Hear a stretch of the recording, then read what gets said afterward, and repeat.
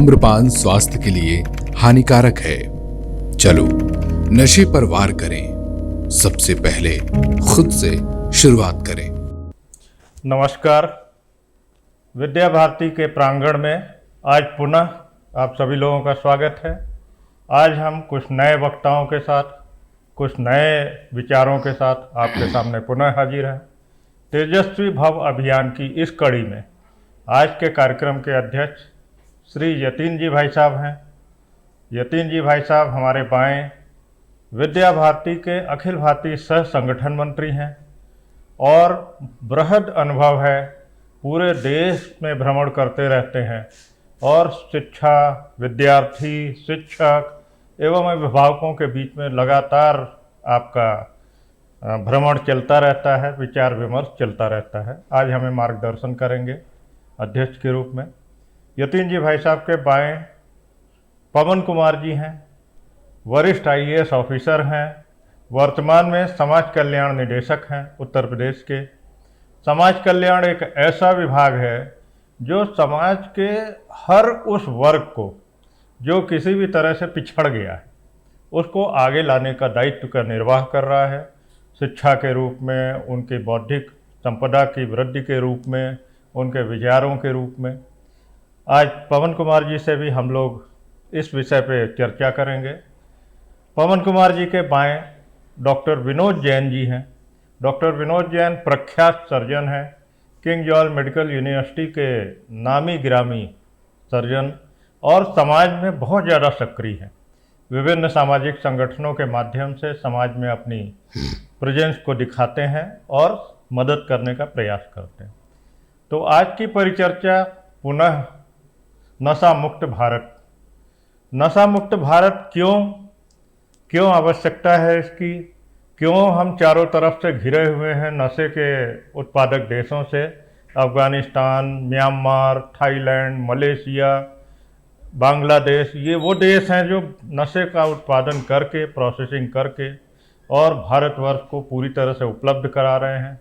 पाकिस्तान और चाइना इनको फंडिंग करते हैं और लक्ष्य सिर्फ यही कि भारत की युवा पीढ़ी किसी भी तरह समाप्त हो जाए, विनष्ट हो जाए। इसके बारे में यतीन जी भाई साहब से अनुरोध है कि क्या भारत की युवा पीढ़ी, भारत की ये जो नई पीढ़ी आ रही है जिसकी वजह से हम विश्व की सबसे युवा देश जाने जाते हैं, इस नशे की जद में जिस तेज़ी से जा रहा है, क्या कारण है और कैसे इसको हम लोग नियंत्रित करें? कृपया मार्गदर्शन करें। देश के लिए एक बहुत बड़ी समस्या नई पीढ़ी में नशे की हो गई है। इसके लिए समाज भी जिम्मेदार है, परिवार भी जिम्मेदार हैं और शिक्षा भी इसके लिए बहुत बड़ी जिम्मेदारी निभा सकती है। इसके 2-3 कारण हैं। एक कारण है बच्चों में जागरूकता का अभाव, उसके स्वास्थ्य पर पड़ने वाले प्रभाव के प्रति। दूसरा, एक बड़ी मात्रा में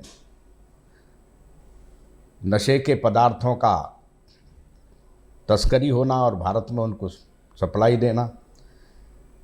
एक अंतर्राष्ट्रीय षड्यंत्र भी है भारत को ठीक से बर्बाद करने का, कि अगर किसी देश को बर्बाद करना है तो उसकी युवा पीढ़ी को ही बर्बाद किया जाए। इसलिए युवा पीढ़ी में लत लगाने के लिए कई प्रकार के राष्ट्रीय और अंतर्राष्ट्रीय प्रयत्न हमारे देश में चल रहे हैं। हमारे सरकारी तंत्र को भी उनको समझना होगा और इसलिए उस प्रकार के जो संगठित समूह हैं जो हमारी जनरेशन को, हमारी पीढ़ी को इससे प्रभावित कर रहे हैं, उनके विरुद्ध भी कानूनी कार्रवाई हमारे देश में कठोरता के साथ निभानी होगी। यह सारे प्रयत्न जो चल रहे हैं उनको समाज ने, परिवार ने, शिक्षा के संस्थानों ने और शासन ने मिलकर अगर सामूहिकता के साथ किया तो यह जो नई पीढ़ी इससे प्रभावित हो रही है उससे बचाया जा सकता है और देश के भविष्य की दृष्टि से वो देश के लिए बड़ा कल्याणकारी होगा। धन्यवाद यतीन जी भाई साहब। निश्चित रूप से अभिभावकों का दायित्व है, उन लोगों का दायित्व है जो शासन प्रशासन में बैठे हुए हैं, लेकिन उसके साथ ही क्या होता है, कैसे ये नशे की तरफ बढ़ते हैं हम। पवन कुमार जी आईएएस ऑफिसर हैं, पढ़ाई लिखाई के बाद विभिन्न तरह के हॉस्टलों में रहते हुए, छात्रावासों की व्यवस्था में आगे बढ़ते हुए और वर्तमान में जिस विभाग में हैं उसमें भी बड़े सारे आश्रम पद्धति के विद्यालय, छात्रावास सब चलते हैं। देश में सबसे ज़्यादा नशे का कारोबार विद्यालयों के 100 मीटर की रेंज में होता है। 100 मीटर की रेंज में, विश्वविद्यालय के 100 मीटर की रेंज में, इंजीनियरिंग कॉलेज के 100 मीटर की रेंज में नशे के कारोबारी सबसे ज़्यादा पाए जाते हैं। और हर हॉस्टल में जो बड़े बड़े IITs IIMs हैं, उनके हॉस्टल्स में बड़ी बड़ी खेप नशों की पकड़ी जाती है, जिसमें केवल शराब और सिगरेट ही नहीं, अफीम, चरस, गांजा जैसे नशे भी हैं। तो प्रदेश के समाज कल्याण निदेशक के रूप में आप क्या देखते हैं कि यह कैसे शुरू हो जाता है और कहाँ शुरू हो जाता है और कैसे इसको संभाला जाए? कृपया मार्गदर्शन करने की कृपा करें। धन्यवाद सौरभ जी। सबसे पहले तो मैं खुद को सौभाग्यशाली मानता हूँ कि तेजस्वी भव भारत अभियान में मुझे आज यहाँ पे आने का अवसर मिला और इतने महत्वपूर्ण विषय पर हम आज इस चर्चा में प्रतिभाग कर रहे हैं। जैसा कि अभी आदरणीय यतीन भाई साहब बोल रहे थे कि हमारा देश इस समय विश्व का सबसे बड़ा युवा देश है, सबसे बड़ी युवा जनसंख्या हमारी इस समय हमारे देश में है। और किसी भी मानव संसाधन के दृष्टि से अगर आप देखें तो पूरे विश्व के लिए भारत एक बहुत बड़ा बाजार साबित हो सकता है, बहुत बड़ा मानव संसाधन केंद्र स्थापित हो सकता है। तो इसी के दृष्टिगत रखते हुए सबसे पहले तो मैं ये कहना चाहूँगा कि जिस तरीके से हम लोग, हमारी युवा पीढ़ी नशे की तरफ बढ़ रही है और इस सच्चाई को हमें स्वीकार करना होगा, इस सच्चाई से मुंह नहीं मोड़ना होगा। क्योंकि मुंह मोड़ने से कई बार ऐसा होता है कि जो वस्तुस्थिति होती है, जो रियल पोजीशन होती है, उससे हम मुंह मोड़ लें तो समस्या खत्म नहीं होती, बल्कि समस्या और विद्रूप होती जाती है। मेरा ये मानना है कि जिस तरीके से हम लोग डिजिटल क्रांति की तरफ बढ़ रहे हैं, एक एकाकीपन बच्चों के जीवन में बढ़ रहा है, तो यहाँ पर पेरेंट्स की बड़ी भूमिका हो जाती है कि हम अपने बच्चों को पर्याप्त समय दें। पहले जो हमारी परंपरा थी उसमें ये माना जाता था कि पुरुष बाहर जाके आजीविका का काम करता था और माएँ घर पर रह के बच्चों का लालन पालन पोषण करती थी। वक्त बदला है, कंधे से कंधा मिलाकर पुरुष और स्त्री साथ चल रहे हैं, लेकिन इसका एक नुकसान अवश्य हुआ है कि बच्चों पर, खासकर जो हमारी युवा पीढ़ी है, उस पर पेरेंटिंग अच्छे से नहीं हो पा रही। तो ऐसे में ये बहुत बड़ी चुनौती है कि हम पेरेंटिंग को मजबूत करें, माँ और बाप दोनों कंधा से कंधा मिलाते हुए अपने बच्चों पर ध्यान दें और अधिकाधिक समय उनको देने का प्रयास करें। जब बच्चों को समय नहीं मिलता है तो उनके सामने दो ही विकल्प होते हैं, या तो वो डिजिटल या ये जो हमारा पोर्टल है और वेबसाइट्स है उस तरफ मुड़ जाते हैं, या फिर डिप्रेशन का शिकार होते हुए, एकाकीपन का शिकार होते हुए वो नशे की तरफ बढ़ जाते हैं। तो मैं सौरभ भाई सबसे पहले तो यही कहना चाहूँगा कि पेरेंटिंग जो है बहुत बड़ा इशू है हमारे सामने बदली हुई परिस्थितियों में। दूसरी जो महत्वपूर्ण चीज़ है वो ये है कि जिस तरीके से पढ़ाई का दबाव बच्चों पे हुआ है, देर रात तक जागना, सुबह जल्दी न उठना, जंक फूड खाना, ये सारी चीज़ें इस तरह हुई हैं कि लोगों की जीवन शैली जो हमारी पूर्व में हुआ करती थी कि हम ब्रह्ममुहूर्त में उठते थे और सारी योग क्रियाएं, उसमें पढ़न कौशल करते थे, वो सब धीरे धीरे कहीं विलुप्त हुई है, हम लोग उसकी तरफ से मुड़े हैं। तो दूसरा सबसे महत्वपूर्ण पहलू है कि हम अपने जीवन शैली को सुधारें, और जब जीवन शैली को सुधारेंगे तो निश्चित रूप से इन सब विकल्पों की तरफ, इनको विकल्प मैं इसलिए कह रहा हूँ कि पहले हम लोग पढ़ते थे, टाइम से सोते थे, सुबह जल्दी उठते थे और बहुत सारी अपनी जीवन शैली की प्रक्रिया को करते थे, लेकिन बदली हुई परिस्थितिों में अब ये सब गट्टम गट्ट हो गया है, सब बड़ा हौच पौच का शिकार हो गया है। कब उठना है, कब सोना है, कब जगना है, कब योग करना है, कब स्मरण करना है, ये सब चीज़ें अब टाइम टेबल के हिसाब से ना होके अपनी सुविधा के हिसाब से हो गई। तो कहीं ना कहीं अनुशासन की जो कमी हुई है हमारी नई पीढ़ी में, ये भी नशे की तरफ इसको ले जा रही है। तो मैंने बहुत सारा देखा, अपने अनुभव मैंने किए हैं।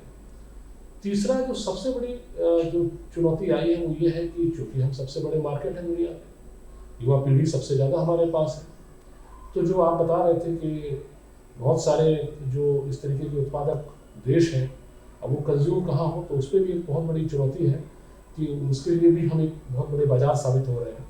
तो हमें इस पर भी विचार करना होगा कि हम अपना किसी भी तरीके से युवा पीढ़ी को इसकी तरफ आकर्षित ना होने दें। तो ये कई सारी चुनौतियां हैं जिस पर हम लोग विचार कर रहे हैं।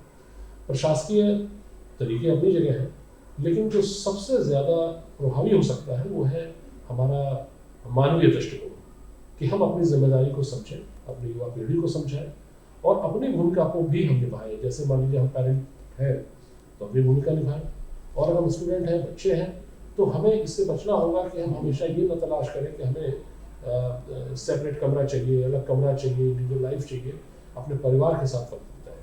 तो ये मेरा एक दृष्टिकोण है कि समाज का हर व्यक्ति को, हर सेगमेंट को जुड़ना चाहिए, और उसके बाद ही हम ये जो नशा मुक्त भारत जो इस समय हमारी बहुत बड़ी कॉन्सेप्ट आया है, इसमें हम सफलतम तरीके से प्रतिभाग कर सकें। धन्यवाद पवन कुमार जी। निश्चित रूप से एकल परिवार हो जाना और पेरेंटिंग के चैलेंज, जिसके लिए राष्ट्रीय स्वयंसेवक संघ ने परिवार प्रबोधन जैसा एक अभियान शुरू किया है, और परिवारों को जोड़ना, परिवारों का कम से कम सप्ताह में एक दिन एक साथ बैठ के भोजन करना, 2-3-4 घंटे साथ बिताना without mobile and all this thing, ये सारी चीज़ें धीरे धीरे अब संज्ञान में आ रही हैं, और निश्चित रूप से हम इसे तेज़ी से आगे बढ़ाने के प्रयास में भी हैं।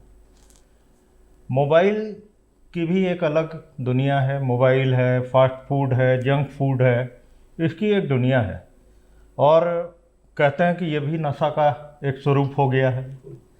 तो डॉक्टर विनोद जैन जी, आपसे हम जानना चाहेंगे, हमारे जो लाखों बच्चे और अभिभावक जुड़े हुए हैं, कि ये जो नए टाइप के नशे आ गए हैं, जिनको हम तब तक नशा नहीं मानते हैं जब तक कि हम शारीरिक रूप से इसके अटैक का शिकार ना हो जाए, तो ये क्यों, कितना, कैसे, क्या नियंत्रण किया जाए, इस पे आप मार्गदर्शन करने की कृपा जी करें। सौरभ जी, आपने बिल्कुल सही बताया कि आजकल नशे के बहुत सारे प्रकार हैं। जैसा अभी आदरणीय यतीन जी ने बताया, पवन जी ने बताया कि न केवल गांजा, चरस, भांग, तंबाकू, मदिरा, शराब, बल्कि जो हमारा सोशल मीडिया का लोग प्रयोग करते हैं, जो मोबाइल का प्रयोग करते हैं, इनकी वजह से भी लत पड़ रही है। आजकल के, जैसे आपने बताया कि हमारा भारतवर्ष इस समय एक युवा देश है, और हमें युवाओं को सुरक्षित रखना है, क्योंकि हमारे भारत का भविष्य युवाओं के ऊपर ही निर्भर करता है। तो हमको ये ढूंढना पड़ेगा कि आखिरकार कारण क्या है। तो अभी पवन जी ने बताया कि जो पेरेंटिंग का रोल बहुत बड़ा है, बिल्कुल सहमत, मैं इस बात से सहमत हूँ। उनके ऊपर स्ट्रेस है, इस बात से भी सहमत हूँ। साथ में क्या होता है कि जो युवा होते हैं या जो बच्चे होते हैं, उनके अंदर एक क्यूरोसिटी होती है, एक ऐसा होता है कि हम लाओ नई चीज़ें एक्सपेरिमेंट करके देखें, या पीयर प्रेशर का होता है, या बहुत जल्दी बड़े बनना चाहते हैं। तो ये सब बातें उनको इस नशे की, नशा कोई भी हो, देखिए नशा चाहे मोबाइल का हो, चाहे गांजा, चरस, भांग का हो, चाहे अल्कोहल का हो, चाहे टोबैको का हो, उसका शरीर पर असर उतना ही बुरा पड़ता है। और अभी जैसे कि आपने बात करी कि मोबाइल और सोशल मीडिया का ऐसा हो गया है कि आप अक्सर देखते होंगे कि आजकल के जो माँ बाप हैं, जो माँ भी काम करते हैं, पिता भी काम करते हैं, और बच्चों को मोबाइल पकड़ा देते हैं। 2 साल का बच्चा होता नहीं है कि उसको मोबाइल पकड़ा देते हैं। उनका कहने का कि मोबाइल क्यों पकड़ाते हैं कि बच्चा रोए ना, बच्चा बिजी रहे, वो उनको अपना टाइम करे। तो कहीं ना कहीं शुरू से ही छोटे से बच्चे को ही मोबाइल देखने की आदत पड़ जाती है। इसके बाद में जब हम उसको और आगे बढ़ते हैं तो हमारी पढ़ाई लिखाई के उद्देश्य से उनको मोबाइल दिया जाता है, उसका दुरुपयोग करते हैं जिसके ऊपर कोई अंकुश नहीं रहता। अगर आप देखिए तो स्क्रीन टाइम एक एवरेज बच्चे का अगर स्कूल के अलावा देखा जाए तो माता पिता से कम रहता है, भाई बंधु से कम रहता है, और अपने आप से ज़्यादा हो जाता है। इसका कारण क्या है? कारण क्या है कि हम लोग मोबाइल पर इतने निर्भर हो गए हैं, हम लोग आपस जो खेलना कूदना है, बाहर खेलना कूदना है, उसको बंद हो गया है, आउटडोर एक्टिविटी बंद हो गई है, घर ही में बैठे बैठे सबसे हेलो हाय करते रहते हैं। तो ये कहीं ना कहीं हमारे दिमाग को कुंठित कर रहा है। अब इससे होता क्या है, शरीर पर प्रभाव क्या पड़ता है?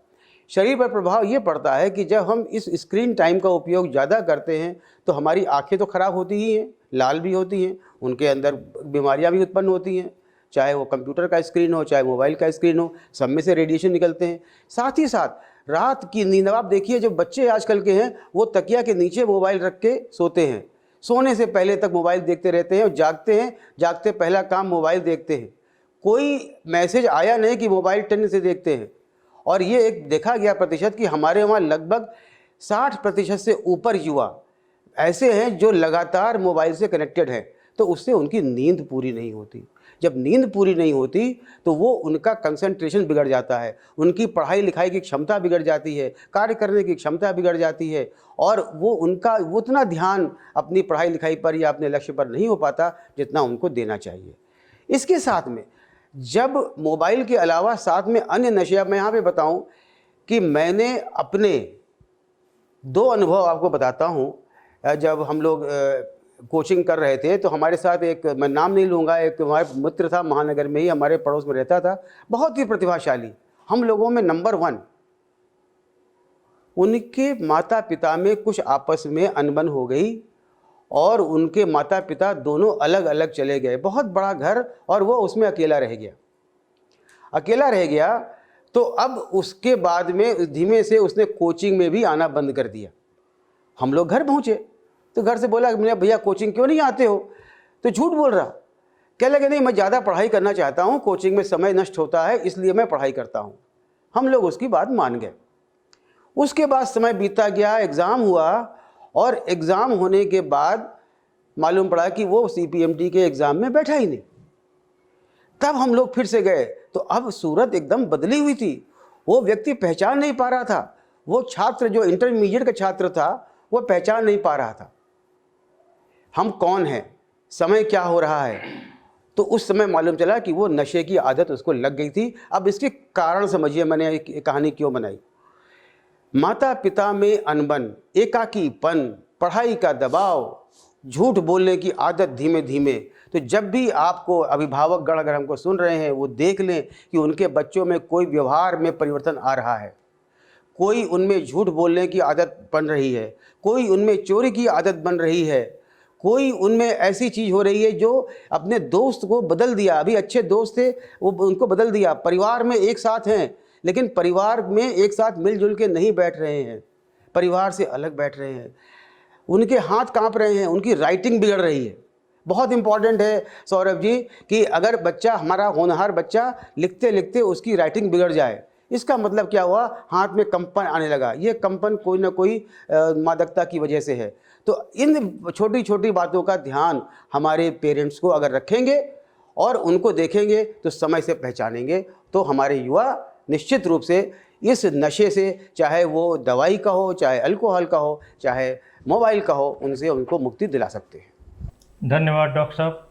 निश्चित रूप से ये जो पहचान है, जो बेसिक सिम्टम्स हैं, ये माँ बाप को गाइड करेंगे और माता पिता इन पर ध्यान रखते हुए बच्चे के बारे में और चिंता कर सकेंगे। समाज में बहुत सारे वर्ग ऐसे हैं जो शिक्षा को अतिशय चैलेंज के रूप में ले रहे हैं। देश के सर्वश्रेष्ठ विद्यालय जो भी होते हैं उनमें कट ऑफ मेरिट एक ऐसा शब्द आ गया है और वो कट ऑफ मेरिट 99% होती है। तो उसके नीचे जितने बच्चे होते हैं वो कहाँ जाएं, कैसे जाएं, क्या करें। और ये कट ऑफ मेरिट ने जो नेटिव स्किल है, बच्चे के अंदर जो स्वाभाविक जीवन है, स्वाभाविक योग्यता है, स्वाभाविक उसके अंदर कार्य करने की कुछ विशेष क्षमताएं हैं, गीत संगीत, नृत्य, लेखन, गायन, ये सब जो क्षमताएं हैं उसको पूरी तरह से समाप्त कर दिया। तो यतीन जी भाई साहब, आप लगातार लोगों के बीच में, अभिभावकों के बीच में उठते बैठते रहते हैं। ये जो एक पद्धति आई कि हर एक को डॉक्टर इंजीनियर बनाना, अब उससे भी आगे बढ़ गई है कि हर हाल में तुम्हें इस लायक बनना कि अच्छा पैकेज मिले। और वो पैकेज क्या हो अच्छे की परिभाषा कुछ नहीं रह गई, वो लाखों में और करोड़ों में पैकेज जो मिल रहे हैं उनसे कंपेयर करने लगे। तो क्या सारा समाज इस अंधी दौड़ में फंसा हुआ है? इसको कैसे समझाया जाए कि इस दौड़ की ज़रूरत नहीं है, क्योंकि इसी दौड़ में चलते चलते बच्चे फिर दूर होते चले जाते हैं, एकाकी होते हैं, डिप्रेशन में जाते हैं और फिर तरह तरह के नशे करने लगते हैं। तो कृपया इस पर मार्गदर्शन करने की कृपा करें कि ये जो कट ऑफ मेरिट और अतिशय कंपटीशन का दौर चल रहा है, इससे भी बच्चों को और अभिभावकों को कैसे रोका जाए। शिक्षा में ही परिवर्तन करना पड़ेगा।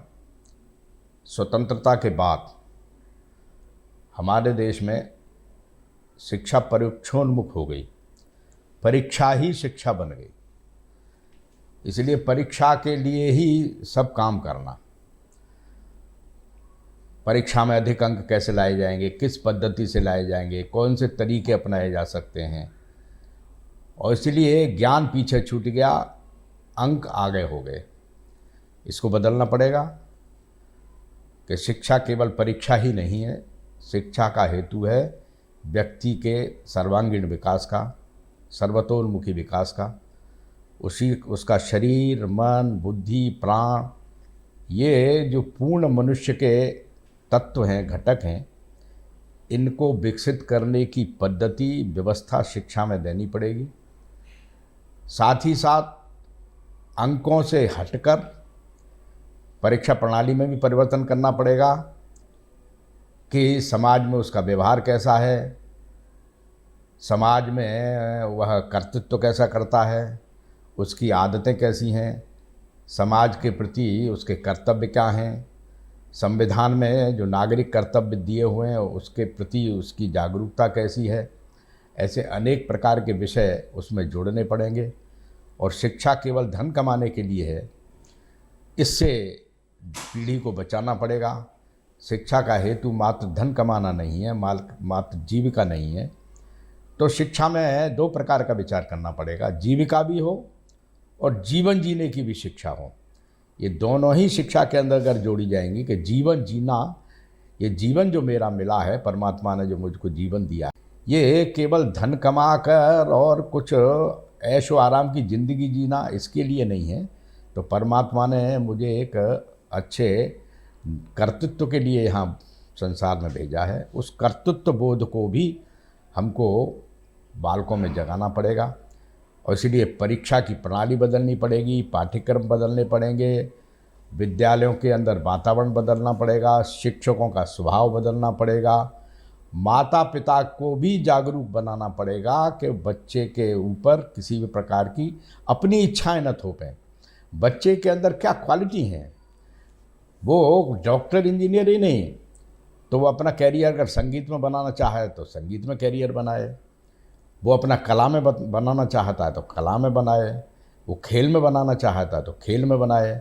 इसलिए तमाम प्रकार के अवसर उस बालक को उपलब्ध कराने पड़ेंगे, उसके अंदर की कुशलताओं का विकसित करना पड़ेगा और फिर उसकी इच्छा पर एक निश्चित शिक्षा के बाद ये उसे अवसर देना पड़ेगा कि वो चयन कर सके अपनी रुचि के अनुसार, अपनी अभिरुचि के अनुसार, अपनी इच्छा के अनुसार कि मुझको किस क्षेत्र में अपना भविष्य बनाना है, कैरियर बनाना है। इस प्रकार की एक पद्धति शिक्षा में और समाज में हमको स्थापित करनी पड़ेगी, तो निश्चित रूप से ये परिवर्तन आएगा। धन्यवाद भाई साहब। निश्चित रूप से विद्या भारती इस प्रयास में सफल है और विगत 1952 में स्थापना वर्ष से लेकर वर्तमान तक विद्या भारती ने जो बच्चे यहाँ से शिक्षा के बाद निकले वो औरों की तुलना में बहुत श्रेयस्कर थे। उन्होंने परिवार, समाज, अपने नाते रिश्तेदारों, अपने दोस्त मित्रों, सबके लिए शुभचिंतक रहते हुए और अपनी आय और आजीविका की भी चिंता की। यही पद्धति अगर पूरे देश में लागू हो जाए, विद्या भारती की जो पंचपदी शिक्षण पद्धति है, इसके माध्यम से हम बच्चों का सर्वांगीण विकास करें तो शायद समाज निश्चित रूप से ज़्यादा जागरूक होगा।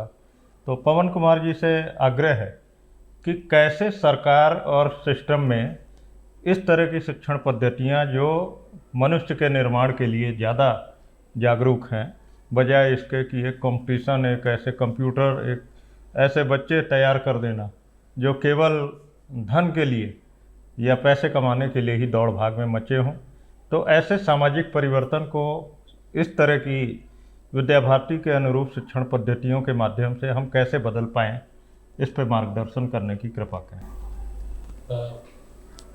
सौरभ जी, जो ये बात आपने कही है कि परिवर्तन इस तरीके का हो कि जो हमारी युवा पीढ़ी है सिर्फ एक मैकेनाइज तरीके से सिर्फ अंकों को प्राप्त करने वाला एक ह्यूमन बीइंग बन के न रह जाए, बल्कि एक ऐसा मानव बने वो जिसके अंदर संस्कार हो, जिसके अंदर सोचने समझने की सामर्थ्य हो, जिसके अंदर तर्क, जिसके अंदर बुद्धि कौशल हो, और उसके अंदर ये भी एक कौशल हो कि वो अपना आजीविका भी चला सके।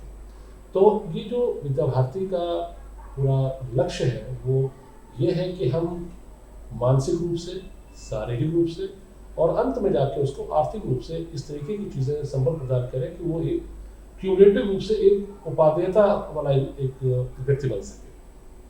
मैं ये मान के चलता हूँ कि सबसे पहले तो ये परीक्षानुमुखी जो शिक्षा है इससे हमको थोड़ा सा बाहर निकलना पड़ेगा। ये तय कर लेना कि ये चैप्टर पढ़ लें, इस चैप्टर में भी ये महत्वपूर्ण प्रश्न है, इनको रट लें, और इसमें भी ये वाला जो 5 नंबर का सवाल है पहले रट लें, ताकि जब एग्ज़ाम हो तो हम इसमें 100 में 90 नंबर ले आए। इस परंपरा से, इस चीज़ से हमें थोड़ा सा बाहर निकलना होगा। इस दबाव को भी हमें हटाना होगा कि अगर 99% नंबर बच्चे के नहीं आ रहे हैं तो वो अच्छे विद्यालय में एडमिशन नहीं ले पाएगा। ये दबाव से भी हमें मुक्त करना होगा। इसकी व्यवस्था क्या हो, निश्चित रूप से विद्या भारती को इसको सोचना होगा, और निश्चित रूप से वो सोच रहे हैं। इसमें सिर्फ अंक के आधार पर किसी छात्र का, किसी युवा का मूल्यांकन होना, ये शायद उसके व्यक्तित्व के साथ जाती है। अगर उसमें ये कौशल है कि वो शास्त्रीय संगीत का जानकार हो सकता है, वो किसी ललित कला में जा सकता है, उसके अंदर खेल का कोई एक उसके अंदर एक विशेष क्षमता है, तो हमें उसकी वो क्षमता निखारनी होगी, बजाय ये कहने कि नहीं तुमको पढ़ना है, पढ़ के 99% नंबर लाना है और तुमको फला स्कूल में एडमिशन लेना है। तो ये कहीं दबाव से मुक्त कराने की व्यवस्था हमें करनी होगी।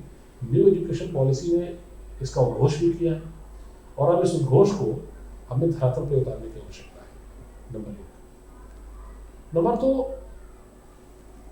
जो शिक्षा है वो इस तरह की होनी चाहिए कि जो युवा छात्र है उसके कौशल का हम भरपूर उपयोग कर सकें, उसको ये बता सकें ये शिक्षा जो है तुम्हारे सर्वांगीण विकास के लिए है, और ये जो आजीविका है ये तुम्हारे जीवन चलाने के लिए है। कहीं वो आजीविका को ही जीवन का अंतिम उद्देश्य न समझ ले। जब वो इस तरह की चीज़ें सोचता है कि मुझे तो इतने का पैकेज मिल जाएगा, मैं विदेश चला जाऊँगा, मैं CEO बन जाऊँगा, मैं इस सर्वश्रेष्ठ नौकरी को पालूंगा, तो वो एक अंधी दौड़ में शामिल हो जाता है। आप देखिए सौरभ जी कि अब एक तो जो हमारे खेल के मैदान थे वो बड़े सिकुड़ गए। ये जो कॉलोनाइजर्स जो बिल्डिंग्स बनना शुरू हुई, बहुत छोटे छोटे मैदान रह गए, और उन मैदानों में भी आप देखिए तो कंपैरेटिवली अब बच्चे कमाना शुरू हो गए, क्योंकि वो पढ़ाई से फुर्सत नहीं पा पाते। पढ़ाई से बचता है तो डिजिटल प्लेटफॉर्म उपलब्ध है हमारे पास। तो हमारा जो शारीरिक विकास होना था, जो दौड़ भाग करते थे हम लोग, कबड्डी, खो खो, दौड़, फुटबॉल, ये सब खेलते थे, वो कहीं विलुप्त हो गए। और इन सब के चक्कर में हमारी जो युवा पीढ़ी है कहीं ना कहीं वो डाइवर्ट हो गई नशे की तरफ, जो हमारा मूल आज का प्रश्न था। और शायद ये सबसे बड़ी हमारे सामने चुनौती है कि हम बच्चों को अब ये अंक उन्मुख जो व्यवस्था है वहाँ से हटाते हुए उसके सर्वांगीण विकास पर। धन्यवाद पवन कुमार जी। निश्चित रूप से आउटडोर एक्टिविटीज़ जितनी ज़्यादा रहती हैं, बच्चे उतना ज़्यादा व्यस्त रहते हैं, शारीरिक रूप से उनका विकास भी होता है, और उनकी उस कंपटीशन की वजह से जो खेल कूद के मैदान पे होना होता है, नशे की तरफ जाने की टेंडेंसी एकदम शून्य हो जाती है, नहीं ही होती है। और इसके लिए हम लोगों को निश्चित रूप से प्रयास करना पड़ेगा, और हम उस प्रयास को एक स्वरूप दे दें, एक प्रोटोकॉल दे दें अगर, तो शायद पुनः वो चीज़ें स्थापित हो जाएं जो विलुप्त अवस्था में आ चुकी हैं। अगर बच्चा नशा करने ही लगे और कोई ना कोई नशा उसने अडॉप्ट कर लिया। तो डॉक्टर साहब आपसे मार्गदर्शन चाहिए, फिर अभिभावकों को कैसे पहल करनी है। जैसे आपने पहचानने के सिम्टम्स तो बताए, लेकिन अगर फंस ही गया है तो अभिभावक क्या करें, कैसे नियंत्रित करें? क्योंकि लोग कहते हैं कि एक बार नशे की लत लग गई तो वो छूटती नहीं है। तो इस पे कैसे अभिभावक पहल करें, क्या करें, इस पे मार्गदर्शन। जी सौरभ जी, बहुत अच्छा प्रश्न आपने किया। देखिए, सबसे पहले तो ये पहचानना होता है कि हमारा बच्चा लत का शिकार हो रहा है, चाहे वो कोई भी नशा हो, और उसके लक्षण मैंने आपको बताए। जब ये मालूम चल जाए कि उस बच्चे में कुछ ना कुछ भावनात्मक बदलाव आ रहा है, इसके पहले कि क्या करना है तो हम ये बताना चाहेंगे क्यों करना है। अभी अभी हम लोग कोविड की महामारी से बाहर निकल रहे हैं और इसने हमारी रोग प्रतिरोधक क्षमता को कम कर दिया है। अब आप इस बात को समझिए कि रोग प्रतिरोधक क्षमता और स्ट्रेस हार्मोन, आपकी स्वस्थ जीवन शैली, इसमें बहुत अच्छा संबंध है। अगर आपकी स्वस्थ जीवन शैली है तो आपकी रोग प्रतिरोधक क्षमता, यानी कि जो ऐसी कोशिकाएं हैं जो रोग से लड़ने की क्षमता पैदा करती हैं, वो मजबूत होती हैं। अब जब हम नशा करते हैं, जैसे मान लीजिए हमने चरस, गांजा, अफीम, भांग, अभी होली आने वाली है, कुछ लोग भांग भी पिएंगे, कुछ लोग मदिरा का पान भी करेंगे, और बाकी आपने जो पहले पूछा था मोबाइल, इन सब की वजह से एक मानसिक तनाव तो पैदा हो ही जाता है, क्योंकि हमारी कार्य क्षमता घट जाती है, हमारे अंदर स्ट्रेस हार्मोन पैदा हो जाते हैं, और वो स्ट्रेस हार्मोन हमारी जो कोशिकाएं हमारी प्रतिरोधक क्षमता को बढ़ा रही थी वो काम करना बंद कर देती हैं। तो हमें कोई भी बीमारी जल्दी पकड़ लेती है, कहते हैं अरे वायरल हो गया। तो अभिभावकों को, छात्र छात्राओं को ये बात समझनी पड़ेगी कि हम आखिरकार उनको क्यों छुड़ाएं, तो उसका सबसे, और कैसे छुड़ाएं। तो सबसे बड़ी बात तो अभिभावकों की ये है कि अगर कभी भी अपना भावनात्मक बदलाव देखें, व्यवहार में बदलाव देखें, तो अपने बच्चे को समझें। कुछ तो मजबूरियां रही होंगी, यूं ही कोई बेवफा नहीं होता। वो कारण ढूंढें, बच्चों को अपने साथ जोड़ें, भावनात्मक रूप में जोड़ें। जैसा अभी पवन जी ने कहा, हम लोग परिवार पद्धति में एक साथ बैठें, उनके साथ मिलजुल के बात करें कि बेटा आखिरकार क्या समस्या है, तुम पहले तो बहुत अच्छा काम करते थे, हम भी तुम्हारी उम्र में मन करता था हमारा कि हम कुछ ऐसा करें कि जिससे हमको आनंद आए, मगर हम कभी अपने राह से विचलित नहीं हुए, तो आखिरकार तुम्हें क्या ऐसी बात आ गई। तो बच्चे को जब आप अपने नज़दीक लाएंगे, प्यार से बात करेंगे, तो आपसे वो खुल के बात करेगा। आप चूँकि अनुभवी हैं तो आप अपने अनुभव के आधार पर उसको समझा सकते हैं।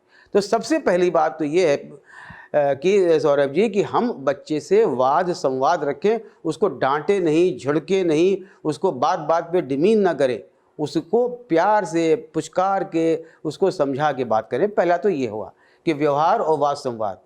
अब दूसरा, उसके लिए खुद एक मॉडल बन के सामने आए। देखिए, बच्चे वो नहीं करते जो आप कहते हैं, बच्चे वो करते हैं जो आप करते हैं।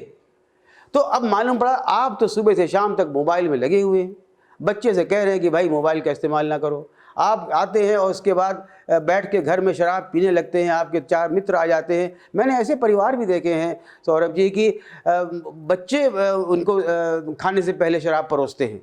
तो आप सोचिए कि आप वो छोटा सा बच्चा, बालक 6ठी क्लास का, 8वीं क्लास का, वो ठीक है, उस समय मदिरा पान नहीं करता, लेकिन जब वो परोस रहा है अपने एलीट क्लास के अपने दोस्तों, पिता माता के दोस्तों को, तो उसके ऊपर क्या प्रभाव पड़ता है।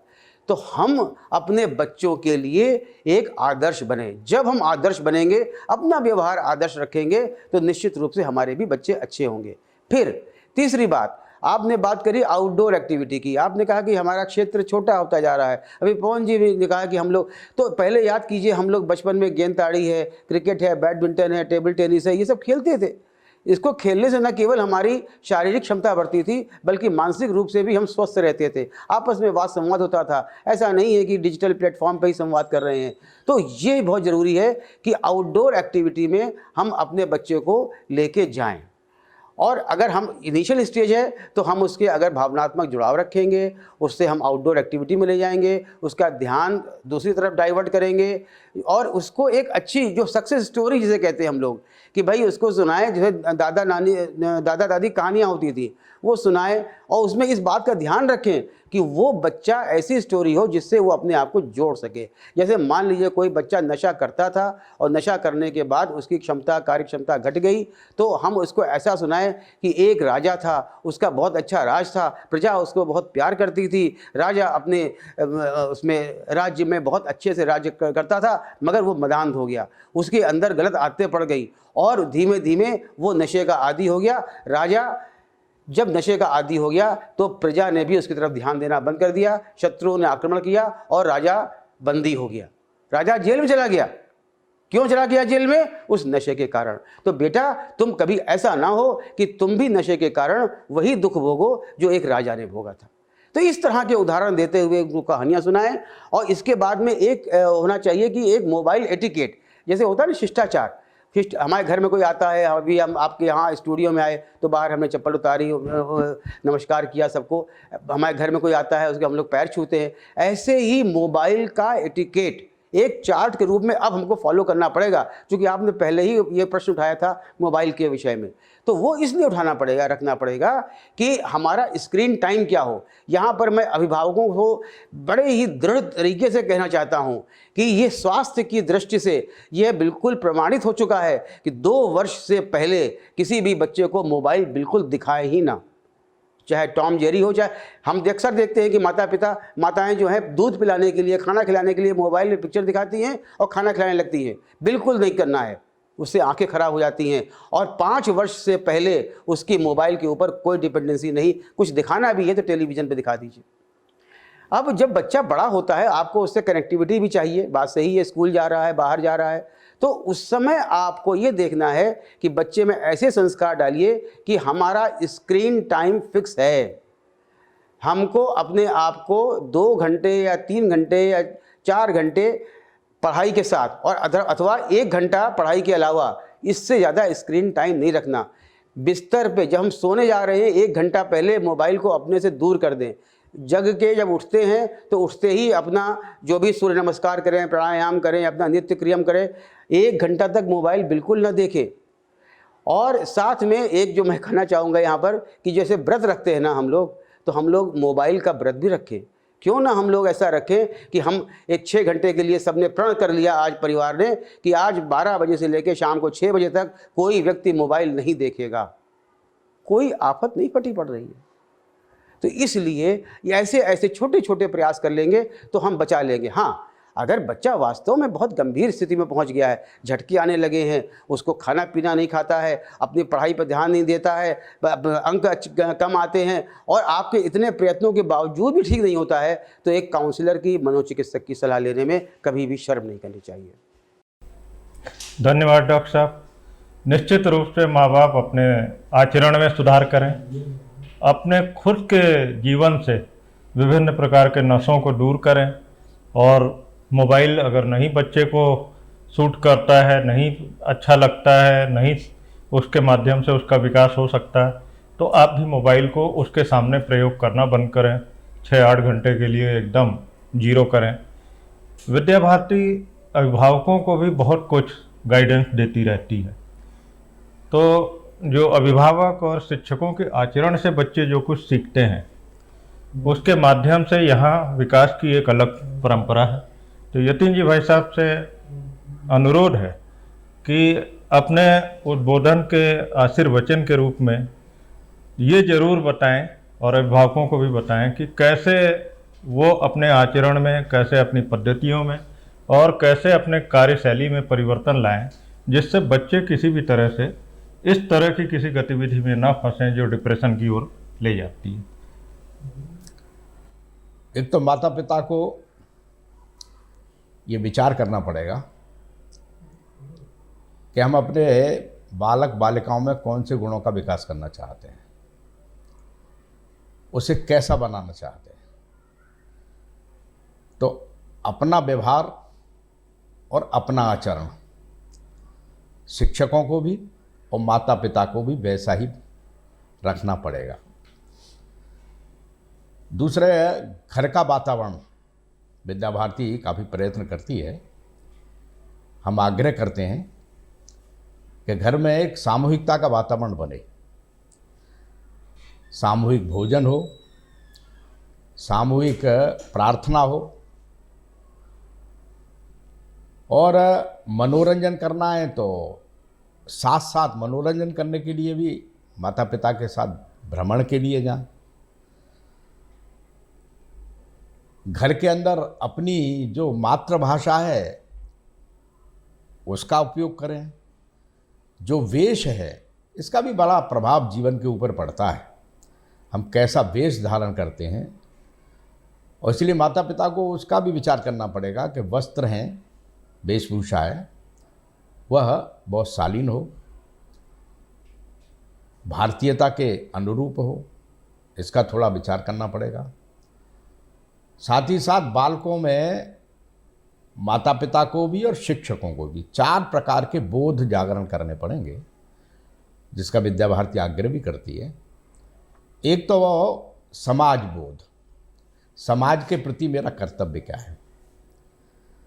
समाज में कोई भूखा है, कोई नंगा है, कोई किसी को शिक्षा प्राप्त नहीं हो रही है, वस्त्र नहीं है, ऐसे अभावग्रस्त लोगों के लिए भी मैं अपना क्या योगदान से दे सकता हूँ, इसका भाव उनके अंदर जगाना पड़ेगा। इसलिए समाज के प्रति कर्तव्य, संवेदना है। दूसरा देशबोध जगाना पड़ेगा, देश के प्रति मेरा क्या कर्तव्य है। तो देश की भौगोलिक सीमाएं, देश का इतिहास, देश के महापुरुष, देश के जो मानबिंदु हैं उनके प्रति जागरूक करना पड़ेगा, उसका ज्ञान उसे कराना पड़ेगा, और देश के लिए मैं क्या दे सकता हूँ। इसलिए विद्या भारती प्रयत्न करती है कि बालकों के अंदर ये भाव जगे कि देश हमें देता है सब कुछ, हम भी तो कुछ देना सीखें। देश ने ही हम सब कुछ दिया है, और इसलिए मातृभूमि के प्रति भी कृतज्ञता का भाव ये बालकों में, माता पिता और शिक्षक दोनों ही इस प्रकार का बचपन से ही अगर जागृत करेंगे तो बालक कर्तव्य बोध बनेगा। और तीसरा संस्कृति, बालकों में संस्कृति का बोध जगाना पड़ेगा कि भारत एक प्राचीन संस्कृति का देश है, बहुत विकसित संस्कृति, बड़ी और जीवन में अपनाने वाली संस्कृति का देश है। यह है, हमारे महापुरुषों ने उस संस्कृति का अनुभव अपने जीवन को जिया है, और इसलिए कैसे रहना, कैसे उठना, कैसे खाना, कैसे पीना, माता पिता के प्रति मेरा अपना कर्तव्य क्या है, अतिथियों के प्रति मेरा कर्तव्य क्या है, शिक्षकों के आचार्यों के प्रति मेरा कर्तव्य क्या है, भाई बहन के प्रति मेरा कर्तव्य क्या है, पड़ोसी के प्रति मेरा कर्तव्य क्या है, ये भाव उसके अंदर जगाना पड़ेगा। और इसलिए संस्कृति बोध यह भी जगाना पड़ेगा। और चौथा जो बहुत ही महत्वपूर्ण भी है, अध्यात्म बोध जगाना पड़ेगा। जो भारत ये अध्यात्म की भूमि है, इसने कण कण में परमात्मा का दर्शन किया है, और इसीलिए बालक बालिकाओं के मन में माता पिता को भी, शिक्षकों को भी ये भाव जगाना पड़ेगा, खुद का भी भाव के जागरण करना पड़ेगा कि सब कुछ परमात्मा संचालित कर रहा है। बिना भगवान के मनुष्य एक कदम भी नहीं चल सकता है। और इसलिए ईश्वर के प्रति कृतज्ञता, ईश्वर के प्रति भक्ति भाव, ये जगाना पड़ेगा। और आज ये भाव भी जगाना पड़ेगा जो मैं कई बार युवकों में भी कहता हूँ, परिवारों में भी कहता हूँ, कि व्यक्ति इस बात से तो डराया जा रहा है कि सावधान, आप कैमरे की नज़र में हैं, लेकिन ये नहीं बताया जा रहा है कि सावधान, आप भगवान की नज़र में हैं। 24 घंटे ईश्वर हमारे अंदर है। तो ईश्वर मेरे अंदर है, सबके अंदर है, जीव जंतु सबके अंदर, प्रकृति के अंदर परमात्मा है। इस परमात्मा का दर्शन करते हुए इसका संरक्षण करना, ये अध्यात्म बोध है भारत का, जो बड़े महत्वपूर्ण है। इस प्रकार के बोध का जागरण अगर माता पिता और शिक्षकों ने किया तो मेरा विश्वास है कि भारत की जो पीढ़ी है, बहुत घबराने की आवश्यकता नहीं है। हमारे देश ने बड़े उतार चढ़ाव देखे हैं, लेकिन ऐसे ऐसे महापुरुष आए हैं कि देश को बदल देते हैं।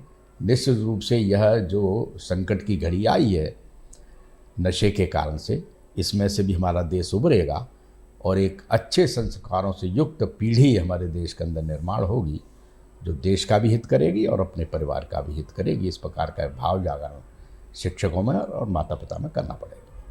धन्यवाद यतीन जी भाई साहब।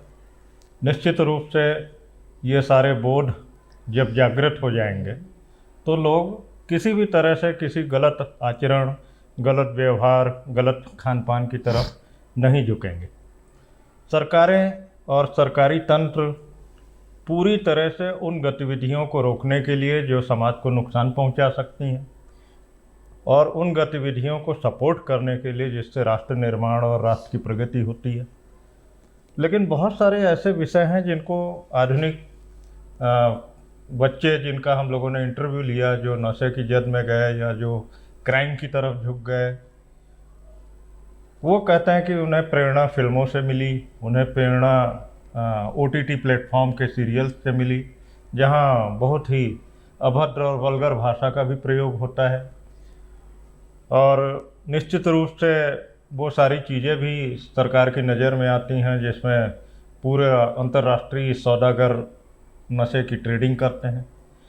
तो पवन कुमार जी, आपसे अनुरोध है कि सरकार या सरकारी तंत्र इन सब जगहों पे निर्णय लेने में क्यों पीछे हट जाता है, क्यों फिल्मों में हीरो सारे तरह के नशे करते हुए दिखाया जाता है और फिर उसके बाद अंत में वो जीत जाता है। तो नए बच्चे जो 9, 10, 11, 12 के होते हैं उनको लगता है शायद हीरो बनने का तरीका ये तरह तरह के नशे और तरह तरह के अपराध ही हैं। तो इस पे मार्गदर्शन करने की कृपा करें कि सरकारों की क्या बाध्यता या सरकारी तंत्र की क्या ऐसी विडंबना होती है कि वो इस पे निर्णय लेने में सक्षम नहीं हो पाते। तो सौरभ भाई, ये जो प्रश्न है तो निश्चित रूप से महत्वपूर्ण इस दृष्टि से है कि हम अपने नायक खुद चुन लेते हैं और वो नायक कभी कभी उनका जो आचरण व्यवहार होता है वो आपत्तिजनक होता है, लेकिन चूंकि हम जाने अनजाने में उसको चुन लेते हैं, हमारे पेरेंट्स या हमारे जो जिम्मेदार लोग हैं वो नहीं बताते हैं कि हमें किस तरीके के नायकों का आदर्श हमें अपने जीवन में ढालना चाहिए। पहली बात तो ये है। मैं सरकारी सेवा में रहा हूँ, बहुत लंबा अनुभव भी रहा, बहुत सारे जिलों में जिलाधिकारी के पद पे भी रहा हूँ। मैंने बहुत सी चीज़ें महसूस की है। कभी कभी मैं देखता हूँ कि कोई विद्यालय है और जब स्कूल छूटता है, विद्यालय छूटता है, तो बच्चे किसी एक पर्टिकुलर दुकान पे जाके अचानक इकट्ठे होने लगते हैं और बाद में ये राज खुलता है कि ये जो दुकान है इस पे वो छोटे मोटे फास्ट फूड, समोसे और ये चिप्स ये तो बेच ही रहा था, उसके पीछे कोई और ग्रुप भी काम कर रहा था। तो जो कॉलेज का प्रशासन है, चाहे वो छोटे बच्चों का हो, चाहे वो माध्यमिक स्कूलों का हो, चाहे वो डिग्री कॉलेज का हो या किसी भी प्रोफेशनल इंस्टीट्यूट का हो, वहाँ पर जो एक अनुशासन वाला जो एक पैनल होता है उसको इस बात पे ज़रूर निगाह रखनी चाहिए, अवश्य इस पर दृष्टि डालनी चाहिए कि कौन सी दुकानें ऐसी हैं जो स्कूल के 100-150 मीटर की पेरीफेरी में आती हैं जहाँ पर अचानक बच्चों का आवागमन बहुत तेज़ी से बढ़ रहा है। क्यों बच्चे वहाँ पर जा रहे हैं? मैं कई जिलों में रहा और सौरभ जी, मैं बड़े उसके साथ बताना चाहूँगा कि मेरी कोशिश रहती थी कि बच्चे जब स्कूल से छूटते हैं तो वहाँ हम अपने लोगों को भेज के ये पता कर लें कि कोई ऐसी कोई दुकान तो नहीं है कि जहाँ पर बच्चों का अनायास या आकस्मिक रूप से अचानक बढ़ोतरी हो गई है। वो इस बात का एक संदेह प्रकट करते हैं। ज़रूरी नहीं कि संदेह हमेशा सही हो, लेकिन हमें अपना चौकन्ना रहना चाहिए। अगर ये अलर्टनेस हमारे परिवार में, हमारे समाज में, हमारे प्रशासन में रहेगी तो निश्चित रूप से इसका असर पड़ता है। कई बार हम देखते हैं दुकानों पर लिखा रहता है 18 वर्ष से कम की आयु के बच्चों को यहाँ पर धूम्रपान निषेध है और वही एक पट्टी तो लगी रहती है, लेकिन उसके बाद वो उसको बेचना शुरू कर देते हैं। तो ये जो पुलिसिंग है ये हर समय नहीं हो सकती, लेकिन being a good citizen, being a good parent, being a good human being, हमारी जिम्मेदारी बनती है कि जब भी हम इस तरह की कोई आपत्तिजनक चीज़ों को देखें तो उसको सही फोरम पे सूचित कर दें ताकि समय रहते हम उस पर कुछ एक्शन ले सकें। बहुत सारे कानून हैं, बहुत सारी कार्रवाइयाँ होती भी हैं, लेकिन ये सारी कार्रवाइयाँ तभी सक्सेसफुल हो पाएंगी जब समाज के जिम्मेदार नागरिक होने के नाते हम ये प्रयास करें कि हम अपनी भूमिका के साथ न्याय कर पाएँ, हम लोगों को बता पाएँ कि भाई ये काम तुमको मना किया गया है, ये काम तुमको नहीं करना। रही बात आदर्शों को ग्रहण करने की, तो बहुत बार हम टीवी देखते हैं, साहित्य देखते हैं, लेकिन वहाँ पे अच्छे लोग भी होते हैं, हमें अपने बच्चों को ये समझाना पड़ेगा कि ये चीज़ आपको देखनी है और इस चीज़ से आपको विरत रहना है, इससे दूर भागना है, इससे अलग रहना है। तो निश्चित रूप से सौरभ भाई, जिस तरह की हम लोग अब NEP में जा रहे हैं, हमारे विद्या भारती और संगठन प्रयास कर रहे हैं, तो निश्चित रूप से ये एक, बल्कि आज जिस कार्यक्रम में हम बैठे हुए हैं तेजस्वी भवन, ये भी उसी प्रकृति का कार्यक्रम है कि हम अपने बच्चों को और उनके बच्चों के साथ ही उनके पेरेंट्स को भी समझाएं कि हमारी भूमिका दोहरी है। हम अपने आप को भी देखें, आने वाली पीढ़ी को भी देखें, तभी इस तरीके का हम वातावरण तैयार कर पाएंगे कि हम एक अच्छा नौजवान, एक अच्छा आदर्श युवा समूह हम प्रेरित कर सकें। धन्यवाद पवन कुमार जी। निश्चित रूप से जो लोग इस कार्यक्रम को देख रहे हैं वो इसका विश्वास रखें कि अगर सरकारी तंत्र को, सरकारी व्यवस्था को आप सही समय पर सही सूचना दें तो सभी प्रयास किए जाते हैं। ऐसे सौदागरों के बारे में सूचना मिल जाए, ऐसे गोपनीय स्थानों की सूचना मिले जहां बच्चों को नशा किसी तरह से उपलब्ध है, तो सरकारी तंत्र तुरंत कार्रवाई करता है और समाज अगर एकदम एकजुट हो जाए तो ये कारोबार पूरी तरह से समाप्त हो सकता है। डॉक्टर साहब, एक विषय पिछली कई परिचर्चाओं में आया कि पहले मेडिकल प्रोफेशन में जो लोग होते थे वो फैमिली डॉक्टर कहलाते थे और परिवार, पूरे परिवार उसी डॉक्टर के पास जाते थे चाहे जो बीमारी हो जाए। ये जब से स्पेशलाइजेशन का दौर आया और हर एक चीज़ के डॉक्टर बदल गए, अब डॉक्टर फिजिशियन नहीं रह गया। कोई सर्जन है तो कोई पल्मोनरी का है तो कोई चेस्ट का है, कोई कुछ। इसने उस पूरी व्यवस्था को छिन्न भिन्न कर दिया। और गार्जियन, कई गार्जियन से हम लोगों ने बात करी तो उन्होंने कहा कि वो व्यवस्था बहुत अच्छी थी क्योंकि उसमें डॉक्टर पूरे परिवार को जानता था, बच्चे को जानता था। तो बच्चा अगर बुखार की दवा लेने भी गया तो डॉक्टर उसे पकड़ लेता था कि इसका बुखार तो ठीक है, अभी ठीक करना, लेकिन इसके अंदर कोई दुर्गुण आ गया है। और माँ बाप को जानता था तो वो बच्चे को कहता भी था कि भाई ये ठीक नहीं है, तुम्हारे माँ बाप को पता लगेगा तो अच्छा नहीं। ये जो व्यवस्था छिन्न भिन्न हुई मेडिकल प्रोफेशन की, एक ईश्वर के स्वरूप के रूप में जो डॉक्टरों की मान्यता है आज भी पूरे समाज में, इसको कैसे पुनर्स्थापित किया जाए। और ये जो स्पेशलाइजेशन का युग है कि डॉक्टर्स मना कर देते हैं कि ये मेरा मामला नहीं है, ये तुम फला जगह जाओ, इससे कैसे समाज को बचत दी जाए, इस पर मार्गदर्शन करें। सौरभ जी, ये बड़ा प्रश्न चिंता का विषय है निश्चित रूप से कि जो हमारा स्पेशलाइजेशन है या सुपर स्पेशलाइजेशन है, रोबोटिक सर्जरी है, लैप्रोस्कोपिक सर्जरी है, कैंसर सर्जरी है, यूरोलॉजी है, थोरेसिक सर्जरी है, वैस्कुलर सर्जरी है या आपका न्यूरो मेडिसिन है, इसकी आवश्यकता तो है ही। अगर हम इसमें स्पेशलाइज या सुपर स्पेशलाइज नहीं करेंगे, नित्य नई जानकारी हमारे पास आ रही हैं, तो एक चिकित्सक केवल सारी बीमारियों का इलाज नहीं कर सकता। इसी की आवश्यकता को देखते हुए उसमें इतनी ब्रांचेज उत्पन्न की गई। मगर बाधा ये हुई कि ऐसा करने में जो आप बता रहे हैं कि एक फैमिली मेडिसिन कहीं ना कहीं विलुप्त हो गई। इस बात को मेडिकल काउंसिल ऑफ इंडिया, जिसे अब नेशनल मेडिकल कमीशन कहते हैं, उसने पहचाना और फैमिली मेडिसिन के नाम से एक विषय इनकॉर्पोरेट कर लिया गया है। और आने वाले जो कुछ भी वर्ष होंगे, 3-4 साल आप मान के चलिए, तो एक फैमिली मेडिसिन का भी विशेषज्ञ तैयार हो रहा है। हमारे किंग जॉर्ज चिकित्सा विश्वविद्यालय में एक फैमिली मेडिसिन का आउटडोर चलता है और वहाँ पर यह व्यवस्था है कि मरीज चाहे किसी भी विधा का हो, वो वहाँ पर जाता है। वहाँ पर जाकर उसका इलाज जो चिकित्सक जो बैठे हुए हैं वो समग्र रूप से देखते हैं। जैसा पहले की पिक्चरों में भी हम देखते थे, वैद्य जी आते थे और वो समग्र रूप से देखकर और उनकी चिकित्सा करते थे। तो वो समग्र रूप से निश्चित रूप से इस समय देखने की आवश्यकता है। उसके लिए फैमिली मेडिसिन नामक एक चिकित्सा विषय आ गया है और धीमे धीमे उसको लोग अडॉप्ट करने लगे हैं और लोगों की भी समझ में आ गया है। आज भी मैं आपको बताऊं अपना अनुभव कि भले ही मैं सर्जन हूं और लैप्रोस्कोपिक सर्जन हूं, जने कितने परिवार जुड़े हैं जो यही पूछते हैं कि भैया ये दवाई डॉक्टर साहब ने लिखी ठीक है क्या। तो ये हमारे चिकित्सकों को समझना होगा कि वो मूल रूप से पहले चिकित्सक हैं और उनको समग्र जानकारी एक ह्यूमन बॉडी की होनी ही चाहिए। जो एक कॉमन मेडिसिन है उसकी जानकारी होनी ही चाहिए। हाँ, विशेषज्ञता हासिल करने का मतलब यह नहीं है कि हम अपने रोगी को समग्र रूप से न देखें, लेकिन सरकार की तरफ से भी, आपके एनएमसी नेशनल मेडिकल कमीशन की तरफ से भी आपकी चिंता जो है वो निश्चित रूप से 3-4 सालों में दूर हो जाएगी फैमिली मेडिसिन के विषय से। धन्यवाद डॉक्टर साहब। तो जितने भी लोग इस परिचर्चा को देख रहे हैं, जो अभिभावक देख रहे हैं, वो अब निश्चिंत हो जाएं। आपकी ये चिंता जो हम लोगों के पास बहुत सारे अभिभावकों ने भेजी कि फैमिली डॉक्टर होते थे तो तुरंत वो पकड़ के बता देते थे, गाइड कर देते थे कि बच्चे में ये प्रॉब्लम आ रही, वो प्रॉब्लम आ रही। तो अब एक पूरी विधा ही इसकी शुरू हो रही है।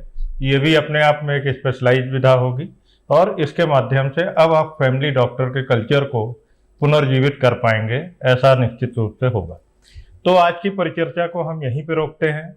आज के विशेषज्ञों ने जो भी आपको बताया, इस पे आपके कोई भी प्रश्न हो तो आप प्रश्न हमें भेजें और अगले मंगलवार को इसी समय इसी स्थान पे पुनः कुछ नए विशेषज्ञों के साथ में, कुछ नए मार्गदर्शकों के साथ में हम यहीं पे उपस्थित होंगे। तब तक के लिए धन्यवाद, नमस्कार।